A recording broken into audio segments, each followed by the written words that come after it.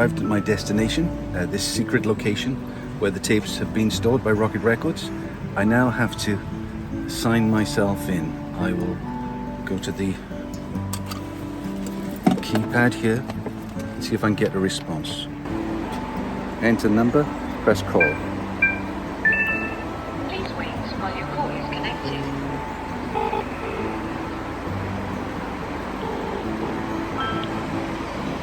Hello, is that Joe? Thank you. The doors have magically opened. We're in. I'm here. I found it. And I think they're expecting me. Right, ring the bell, see if there's anybody here. Oh, the door's open. Hi, is that Joe? Hi, Joe. This is Joe. Joe's been looking after my tapes for the last 50 years.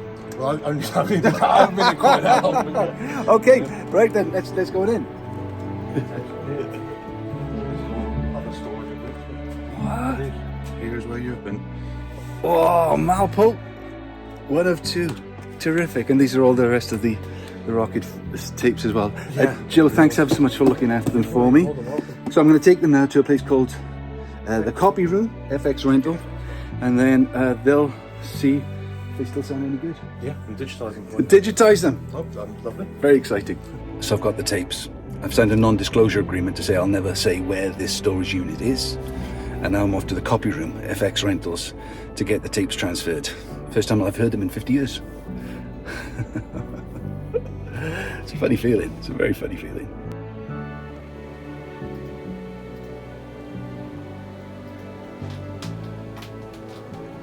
So Martin, here I am. It's the Copyroom at FX Rentals. Thank you very much.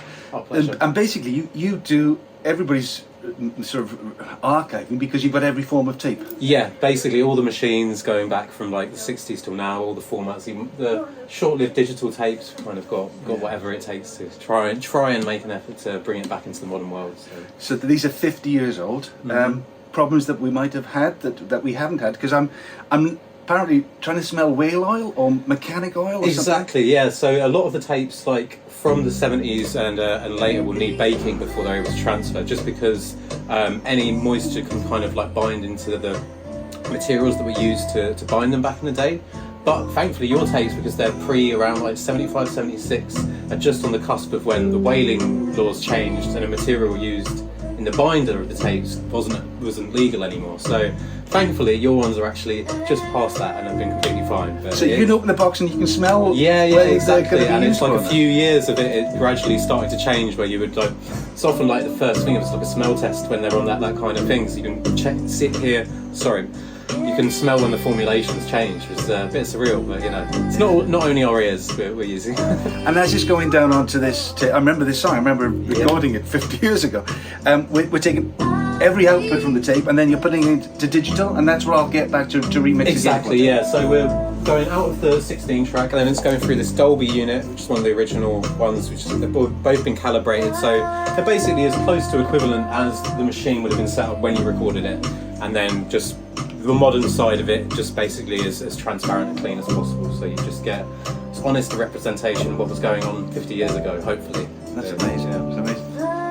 It's quite emotional, you know. I bet, yeah. Because I suppose you do this all the time with people bringing in their tapes of their mums or their dads. They've never. Yeah, or even like bands that, you know, I've like been a bit starstruck by, or like things like that. So it's always amazing when, like, you know, some tapes come in of like some things I listened to like as a kid, or so it's very rewarding and fulfilling. It's like, you know, great making sure all these old machines are still up to scratch, because they sound beautiful as well. Like hearing material that's recorded in this way from this time in a proper listening environment is very instructive as well. Because it just sounds so round and warm, doesn't it? Yeah. That's what I can't quite get over.